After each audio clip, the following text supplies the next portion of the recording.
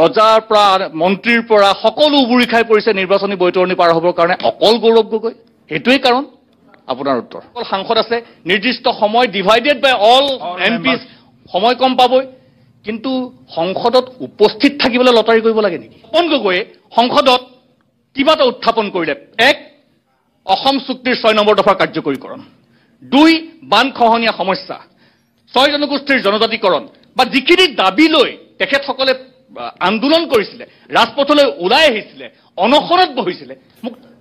কেইটামান উদাহৰণ দিয়কচোন ডাঙৰীয়াক দুইটা প্ৰশ্ন একেলগ কৰি পেলাই মোৰ এটা সংযোজন কৰি পেলাই প্ৰশ্নটো সুধো যে হয় আপুনি কৈছে মানৱ দৰদী কিন্তু তপন গগৈৰ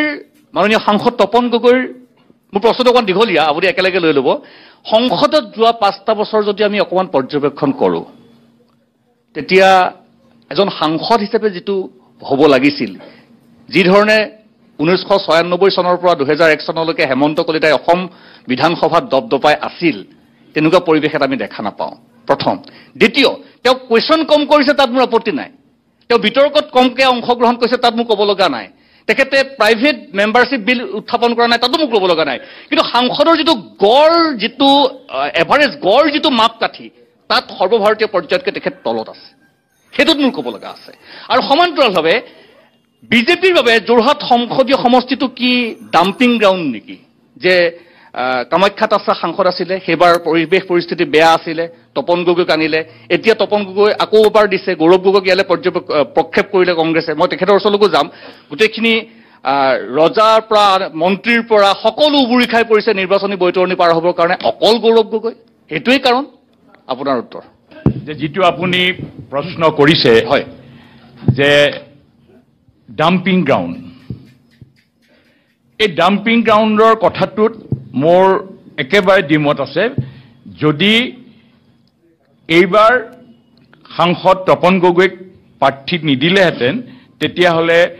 বিদ্যায়তনিকভাৱেই হওক বা অন্য দিশৰ পৰাই হওক তেতিয়াহ'লে এইটো ডাম্পিং গ্ৰাউণ্ডলৈ পৰিণত হ'লহেঁতেন দি পেলাই পস্তাই থকা হৈছে নেকি এতিয়া কি কয় দি পেলাই পস্তাই থকা হৈছে নেকি তপন দি পেলাই অকণো আমি প্ৰশ্ন নাই কাৰণ যে আমি এনে মানুহ সাংসদ বিচাৰো যাৰ জৰিয়তে সংসদত আপুনি কিছুমান নিয়ম আছে একজেক্টলি প্ৰশ্ন কোনে উত্থাপন কৰিব পাৰে প্ৰশ্নবিলাক কৰিবৰ কাৰণে আমি বহুতে নাজানো যে মন গ'লেই প্ৰশ্ন উত্থাপন কৰিব পাৰে তাত লটাৰী হয় লটাৰীত যেতিয়া কম সংখ্যক মানুহৰ পাৰ্টিৰ সদস্য থাকে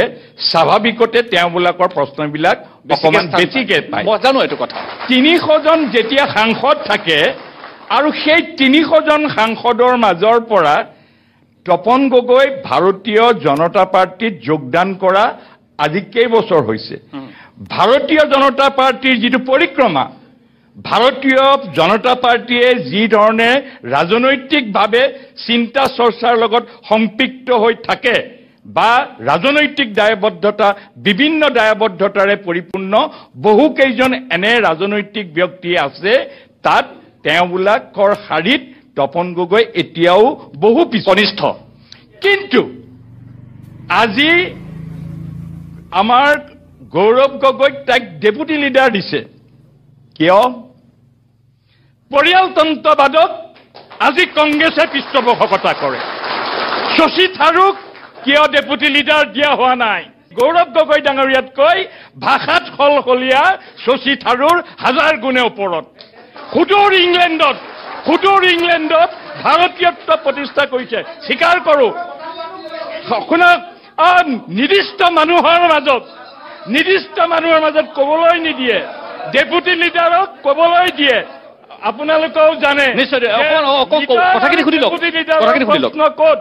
ডেপুটি লিডাৰজনে ক'বলৈ সুযোগ পায় আজিলৈকে কি কৈছে অসম সম্পৰ্কে কি কৈছে গৌৰৱ গগৈ উত্তৰ পূৰ্বাঞ্চল সম্পৰ্কে কি কৈছে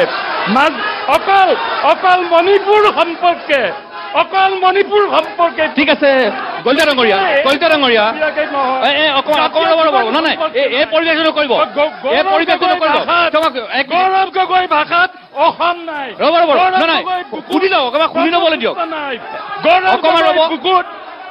ধন্যবাদ ধন্যবাদ ধন্যবাদ ধন্যবাদ জনাইছোঁ কল্যাণ ডাঙৰীয়া অকণমান ৰ'ব মই এটা কথা সুধিব বিচাৰিছোঁ মই আপোনাৰ লগত একমত মই মই এক মিনিট ৰ'ব এইটো ৰাজনীতি আচলতে গৌৰৱ গগৈ নকৰে তপন গগৈ নকৰে হয় মই কৈছোঁ যে এইটো ৰাজনীতি গৌৰৱ গগৈ নকৰে তপন গগৈ নকৰে গতিকে কোনেও নকৰে আপুনি যিটো কথা ক'লে মই প্ৰথম যেতিয়া প্ৰশ্নটো সুধিছোঁ ৰ'ব প্ৰশ্নটো মই কৰি থাকোঁতে ৰ'ব নাই এইটো নকৰিব এইটো নকৰিব মই আপোনালোকৰ প্ৰতিনিধি তাত আছে মই এইটো কথা জানিব বিচাৰিছোঁ আপুনি যিটো কথা ক'লে যে কিছুমান নিয়ম আছে কিন্তু মই যদি আপোনাক এনেকৈ সুধোঁ প্ৰথমতে মই আপোনাক কৈছিলোঁ যে প্ৰশ্ন কম সুধিছে তাত মোৰ ক'ব লগা একো নাই বিল এখন বা বিতৰ্কত অংশগ্ৰহণ কম কৰিছে মই একমত যে এটা সৰু ভাৰতীয় দল ইমান সকল সাংসদ আছে নিৰ্দিষ্ট সময় ডিভাইডেড বাই অল এমপি সময় কম পাবই কিন্তু সংসদত উপস্থিত থাকিবলৈ লটাৰী কৰিব লাগে নেকি মোৰ দুই নম্বৰ প্ৰশ্ন উপস্থিতিৰ হাৰ সৰ্বভাৰতীয় পৰ্যায়তকৈ কম তপন গগৈ 2 নম্বৰ প্ৰশ্ন তপন গগৈ ক'ৰ পৰা আহিছে সদৌ অসম ছাত্ৰ সন্থাৰ সাধাৰণ সম্পাদক আছিল যিখিনি বিষয় লৈ এজন ছাত্ৰ নেতাই জীৱনৰ অৰ্ধেক সময় পাৰ কৰিলে সেই বিষয়খিনিক লৈ কোন দিনাখনি তপন গগৈয়ে সংসদত কিবা এটা উত্থাপন কৰিলে 1 অসম চুক্তিৰ 6 নম্বৰ দফাৰ কাৰ্যকৰীকৰণ 2 বান খহনীয়া সমস্যা 6 জনগোষ্ঠীৰ জনজাতিকৰণ বা যিখিনি দাবী লৈ তেখেতসকলে আন্দোলন কৰিছিলে ৰাজপথলৈ ওলাই আহিছিলে অনশনত বহিছিলে মোক কেইটামান উদাহৰণ দিয়কচোন অসম চুক্তিৰ 6 নম্বৰ দফা কাৰ্যকৰীকৰণৰ ক্ষেত্ৰত ভাৰতীয় জনতা পাৰ্টিৰ যি আন্তৰিকতাপূৰ্ণ প্ৰচেষ্টা দেখাটো নাই মই কৈছোঁ যে এইখিনিৰ বাবে যিখিনি কাৰ্যকৰীকৰণৰ বাবে মন্ত্ৰী পৰ্যায়ৰ পৰা গৃহমন্ত্ৰী পৰ্যায়লৈকে যিখিনি যোৱা সময়ছোৱাত আলোচনা হ'ল আৰু সেই আলোচনাখিনিৰ মাজত ইতিমধ্যে সেইখিনিৰ ইতিবাচক ৰূপবিলাক আমি দেখোঁ